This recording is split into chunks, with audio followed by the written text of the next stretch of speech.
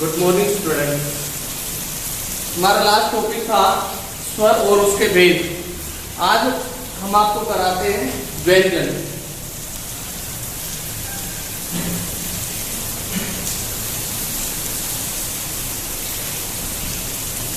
व्यंजन की डेफिनेशन मैंने आपको बता दी थी, दोबारा से मैं आपको रिमाइंड करा देता हूं कि व्यंजन कहते किसे हैं कि जिन वर्णों का उच्चारण करते समय हमें स्वरों की सहायता लेनी पड़े उन्हें व्यंजन कहते हैं। इनकी संख्या हिंदी वर्णमाला में 39 होती है। आपने अभी तक ये पढ़ा होगा कि स्वर 11 और व्यंजन 33, ठीक है। लेकिन 33 के अलावा भी कुछ व्यंजन होते हैं जो व्यंजन में ही काउंट होते हैं। वो चाहे दो व्यंजनों के मेल से बने हों या स्वर के मेल से बने हों, वो होते कॉन्सोनेंट ही हैं, व्यंजन ही होते हैं। तो इसलिए उनकी जो टोटल संख्या है वो 39। उसके बाद अब हम देखते हैं कि जो हमारा व्यंजन है उसके भेद कितने हैं। अकॉर्डिंग टू रूल्स इसके 3 भेद होते हैं। पहला है स्पर्श व्यंजन। कौन सा? स्पर्श व्यंजन।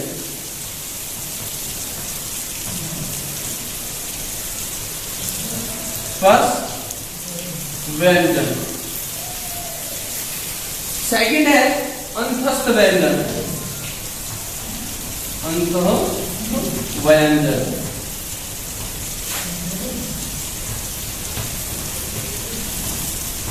ठीक है। फिर है ऊष्म व्यंजन।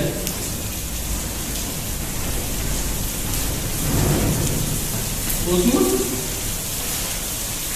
व्यंजन।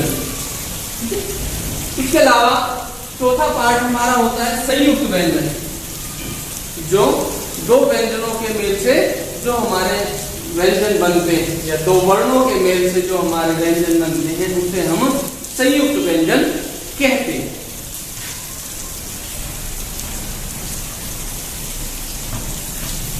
संयुक्त व्यंजन। उसके अलावा फिर एक और आता है जो आपकी बुक्स में आपको देखने के लिए नहीं मिलेगा, अतिरिक्त व्यंजन। अतिरिक्त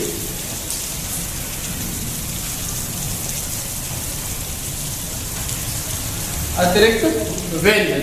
नेक्स्ट आता है एक द्वित्व व्यंजन। द्वित्व व्यंजन। अब जो हमारा फर्स्ट पार्ट है उसको हमें देखना है कि जो स्पर्श व्यंजन है किसे कहते हैं। स्पर्श जैसा कि नाम से विदित है स्पर्श। स्पर्श शब्द होता है छूना। कि जब हम किसी वर्ण का उच्चारण करते हैं तो हमारे मुख से जो हमारी जिह्वा है वो मुख के विभिन्न भागों से टकराती। जब जिन वर्णों का उच्चारण करते हुए या करते समय हमारी जिह्वा मुख के विभिन्न भागों से टकराती है उसे हम स्पर्श व्यंजन कहते हैं। हिंदी वर्णमाला में इनकी संख्या 25 होती है। कितनी? 25। 25 कौन कौन से होते हैं देख लीजिए। कैसे मैं तक, कैसे मैं तक इनकी संख्या 25 होती है। लिख देता हूं आपको। क, ख, ग, घ, र, च, छ, ज, झ, ऐ, ट, ठ, ड, ढ, न, त, थ, द, ध, न, प, फ, ब, भ, म। ठीक है। ये हो गए हमारे स्पर्श व्यंजन। ठीक है। उसके बाद आता है अंतस्थ व्यंजन।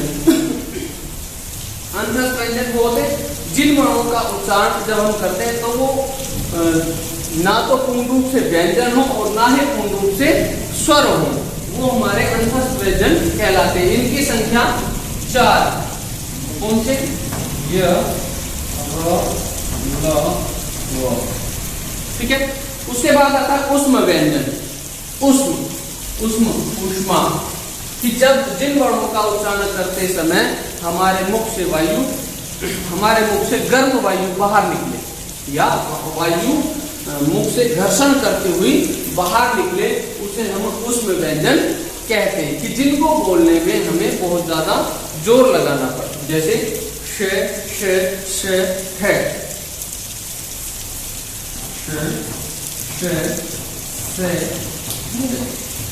ये होते हैं हमारे उष्म व्यंजन। उसके बाद आता है संयुक्त व्यंजन।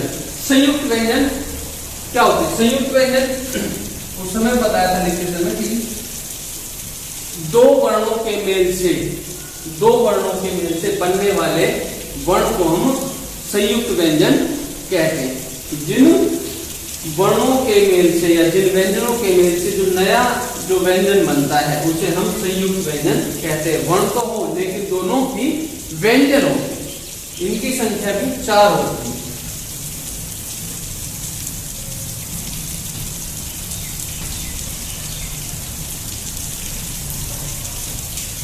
ये अब इनके देखिए, मैं आप बता देता हूं किस तरीके से बनते हैं। इस तरह थोड़ा सा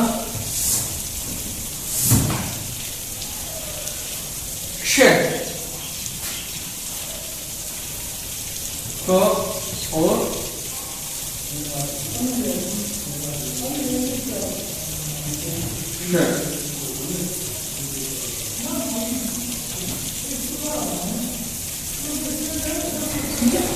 उसके बाद आता है त्रो, तो इसमें एक आएगा तो आता है, फिर आएगा तो रो गे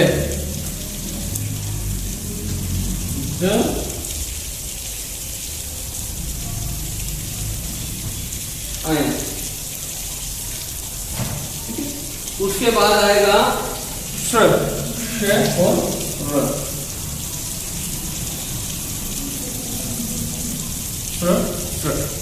तो इन वर्णों के व्यंजन से क्या बनता है?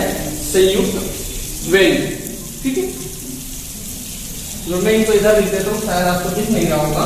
इधर देखिए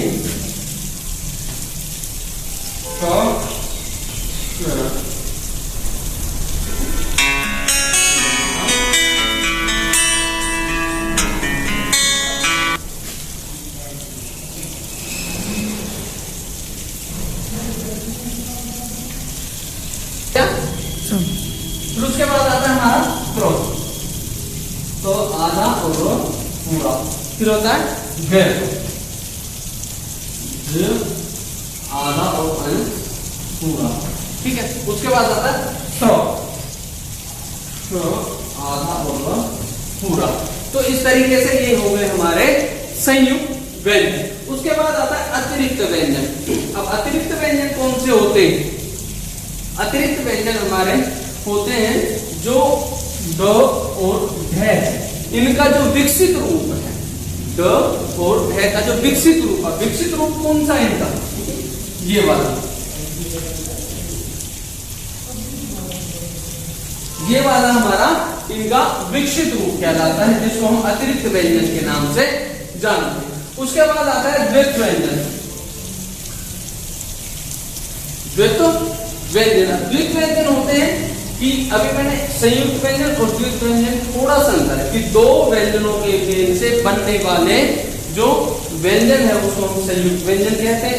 ठीक इसी तरह इसमें भी दो व्यंजनों का प्रयोग होता है, लेकिन इसमें आता है कि एक ही जाति के दो व्यंजन आने पर, एक ही जाति के दो व्यंजन आने पर जिनमें से पहला अक्षर या पहला वर्ण आधा हो, उसे हम द्वित्व व्यंजन कहते हैं। जैसे इस तरीके से हम कोई भी लिखते फक्कड़, इस तरीके से ये हमारे कहलाते हैं द्वित्व व्यंजन। तो ये हो गए हमारे व्यंजन। नेक्स्ट हमारा टॉपिक होगा शब्द। धन्यवाद।